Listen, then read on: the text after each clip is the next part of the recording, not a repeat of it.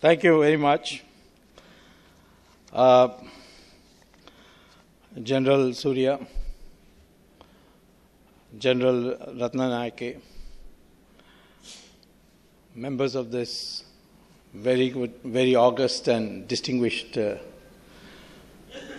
audience, I am privileged to speak to you today essentially from an Indian perspective. What I see is the post-conflict Sri Lanka's effect on regional stability. We got a very good and a very precise, clear presentation of the issues when the Defense Secretary, Mr. Gotabaya Rajapaksa, spoke in the inaugural session. And since then, there have been a large number of excellent contributions, in a sense leaving me very little room for original thinking. But I will try to summarize the perspectives we see from India regarding Sri Lanka. First of all, let me say, the elimination of the LTTE, the decimation of the LTTE was widely received as a very, very happy event, because LTTE was perceived in the length and breadth of India as an anti-Indian organization, besides being a terrorist organization. It had diabolically assassinated a former Prime Minister, Mr. Rajiv Gandhi. It had engaged in drug trafficking in India. It had assisted the training of Maoist groups, separatist groups in other parts of India. And therefore, if anyone were to think by the recent problems that India and Sri Lanka have had with each other on the UNHCR, that is an Indian response to favor the LTTE, that would be wrong. In fact, the elections in Tamil Nadu had never been fought on whether we should support the LTTE or not. The last assembly election to the State Assembly of Tamil Nadu was held in 2011, and the issue was corruption, and in the particular, the role of the DMK, which was then ruling party, on in the corruption in the telecom scam.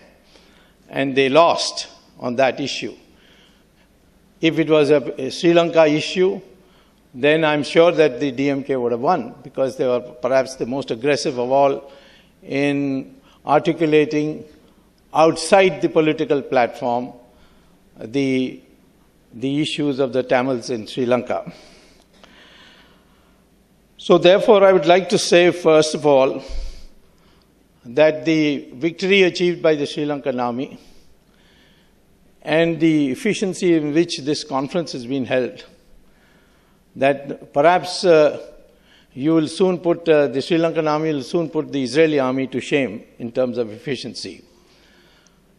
It's now no more the old Sri Lanka, but it's now a Sri Lanka with a highly efficient, highly motivated army. So from the Indian perspective, therefore, the first impact we see is that a developing nation, a democratic developing nation which Sri Lanka is, saddled with the problems of history, of a post-colonial society, can resolve to fight to finish a treacherous terrorist organization which was internationally entrenched and which fed on the grievances of a minority within the state. That this could be done, that a democratic society which has been saddled with this division, which mostly is artificial, because I have said in my earlier intervention yesterday that after all, there is no difference really between the Tamils and the Sri Lankans, Sinhalese. They both come from the same heritage, the same background, and to call it an ethnic strife is totally wrong. if ethnicity means racial difference. Even linguistic differences, there are hardly any. With my knowledge of Tamil and Sanskrit, can understand a good part of Sinhalese, because there are so many Sanskrit words in Sinhalese. Even the script, the principle of the Sinhalese script, is not very different from the script of the Tamils. So therefore, the differences have arisen because of certain historical reasons that emanated from the British rule in this country, where the Tamils got a disproportionate share of employment and got a disproportionate share of admission to universities for their proximity which they had developed to the British in India and constantly are translated here. The correction to that was overcompensated, and that is why the tensions arose and the grievances arose. And in feeding on that, this terrorist organization came into being.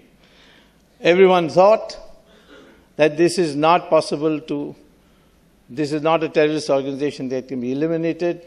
Many people were even persuaded that they had a just cause, but they were committed to a single-party Marxist state, not for a democratic Elam, but a dictatorship of the LTTE.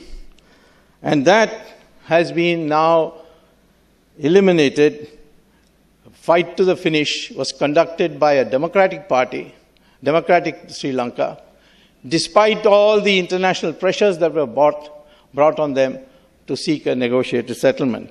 So this has had an impact in many countries, including India, that this is the way to fight terrorism. It is possible to fight terrorism and fight it to the finish. The second impact that we see is that this has been achieved without assistance from any of the major powers, without an assistance from any of the permanent members of the UN Security Council, without the ground troops of the United States. Certainly there were some countries which helped, including India, but it was fundamentally an indigenous military operation which led this battle and took it to the finish.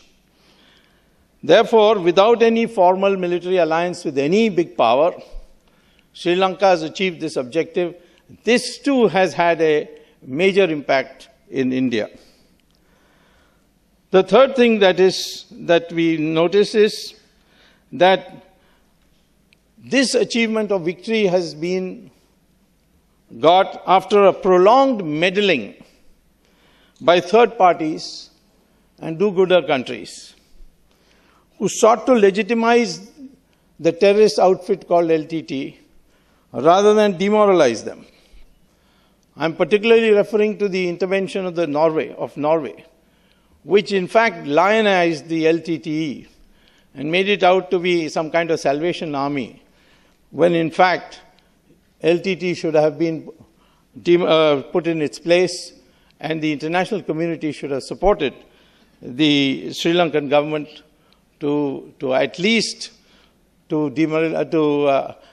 bring them to a place where they have no value or effect on the society. So this ability to fight after the whole problem has been made almost intractable, and then simplify it, make a commitment, and eliminate it is the third impact that I see, which has had on at least amongst the Indian people. Fourth, there is a slogan that we use in India called zero tolerance of terrorism. And now Sri Lanka has demonstrated that this is not just a slogan, but it is an achievable objective if the political leadership is resolute.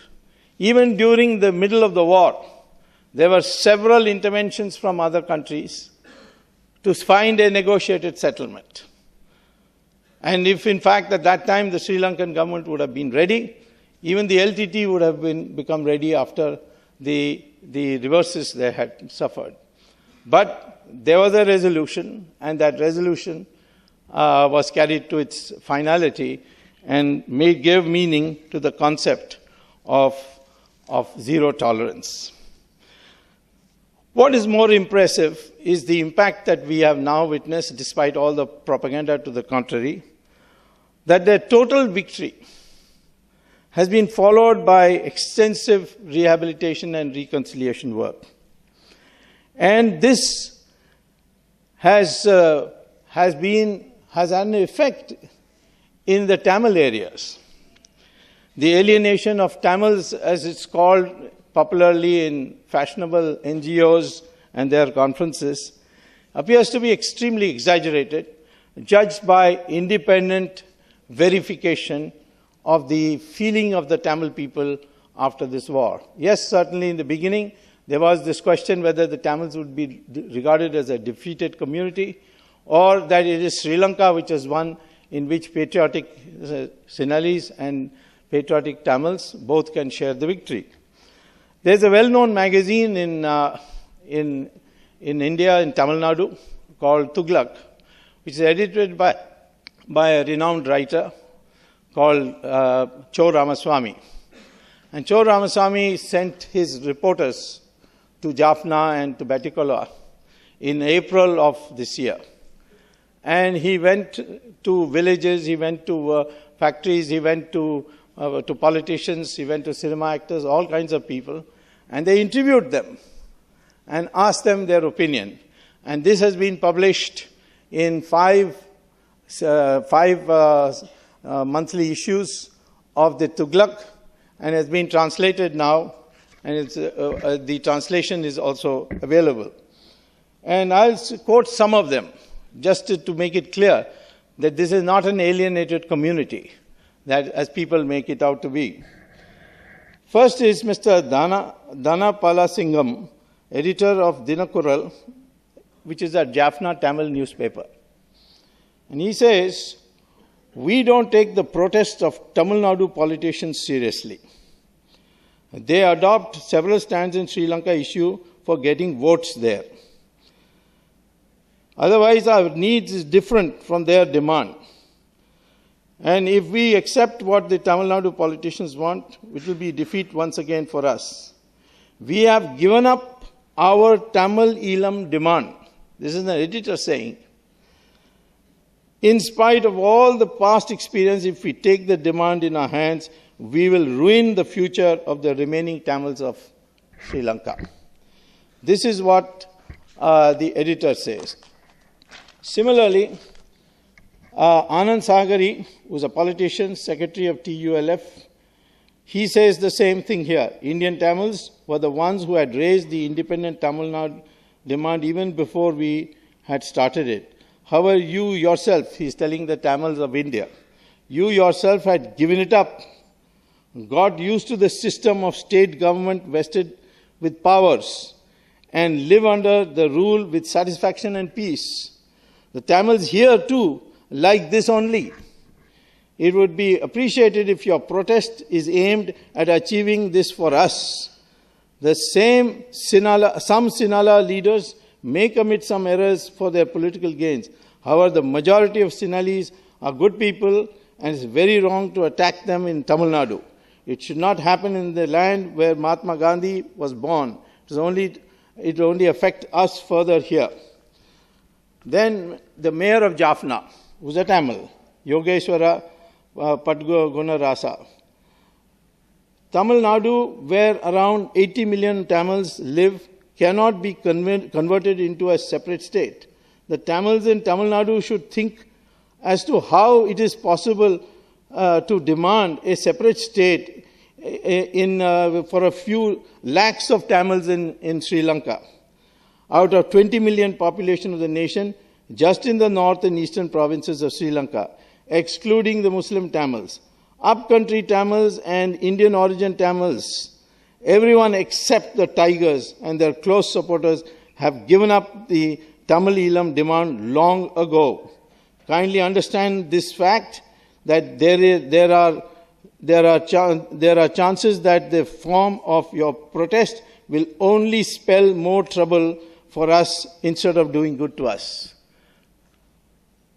So it goes on and on. I can read more and more, but my own independent investigation also supports this view that the Tamils of Sri Lanka do not need foreign attention for their safekeeping. They feel today secure that their children can go to school and return back without being recruited by the LTTE as child soldiers. The women say that they are secure that their husbands can go to work and return back in the night. They feel secure about that. Normalcy is something that they have tasted after a long time, and they don't want to give it up. That doesn't mean that the the Tamils of Sri Lanka do not want a share in power, but that's a democratic demand. It can be agitated democratically. Now, the impact of all this is that the terrorists in India, or those who supported the terrorists in India, have now been reduced to shedding crocodile tears for human rights violations, which in my opinion, by the way, if you a close reading of the statistics, shows is vastly exaggerated. And as it's been pointed out, that in any war, there's going to be collateral damage. And that collateral damage will affect some innocent people, especially if the innocent people are used as shields, as the LTTE did. And therefore, to say that Sri Lanka should be singled out for human rights excesses and there should be an international investigation for it is, in my opinion, absurd, and it was wrong for the United States to have brought such a resolution. I hope that the next session of the UNHCR, they give up this whole thing. In any case, there is a process going on in this country, in Sri Lanka, on what is to be done about it. Although the LTTE has been reduced to a rump and may function much like the Nazis functioned, Nazi soldiers or generals functioned from Argentina after World War II, there are other terrorists who have to be tackled. And therefore, the message of Sri Lanka has direct impact on the way we in India think. Now, this terrorism is in parts affecting even countries like China. I was in a conference in China in the end of June, and there they told me that the newspapers that time were full of some terrorist attack in Xinjiang. And they said that these people who came in to do it were actually trained abroad in another country, and they came over. This is the issue that today we have to consider, that how do we deal with terrorists? We are given lectures very often to negotiate with terrorists. And this, in my opinion, is a dangerous thing. Yesterday, His Excellency, the former ambassador of Pakistan, made a reference to Kashmir. Now, I don't know what provoked it, but certainly I will have to say a few words, otherwise my friends in India would ask me why I kept quiet about it. So I'd like to say that we in India are facing terrible terrorism from people who clearly come across the border, and therefore we are concerned as to how to resolve this issue. The ambassador mentioned about the wishes of the people. There's nothing in the legal instruments that India signed to acquire Kashmir which requires that wishes of people have to be ascertained. In fact, even Pakistan has a fair number of kingdoms which merged into Pakistan where the wishes of the people were not ascertained. And India had 450 kingdoms which were merged into India, because the British, when they left, they didn't leave the whole of India to us. They partitioned it first, and then they declared all the kingdoms that they had taken over in their occupation of India as independent kingdoms, and giving them the right that they could be independent, or they could merge with Pakistan, or they could merge with India. And out of 600 countries, 600 kingdoms, 450 kingdoms chose to merge with India. And one of them was Kashmir. Now, to ascertain the wishes of the people was an assurance given by the then Prime Minister, Mr. Jawaharlal Nehru. And he took the matter to the United Nations. United Nations also passed a resolution on the question of ascertaining the wishes of the people through a plebiscite. But there's been non-compliance of that because the resolution as is framed required Pakistan to first comply with take certain steps, which has not been done. So it's been lying uncomplied, without compliance. Furthermore, the assurance given by Mr. Jawaharlal Nehru was not placed before the Cabinet of India. So the future generations of India are not bound by what Mr. Jawaharlal Nehru had promised. And if anyone wants to ascertain the wishes of the people, they should ask Jawaharlal Nehru, not the future generations of India.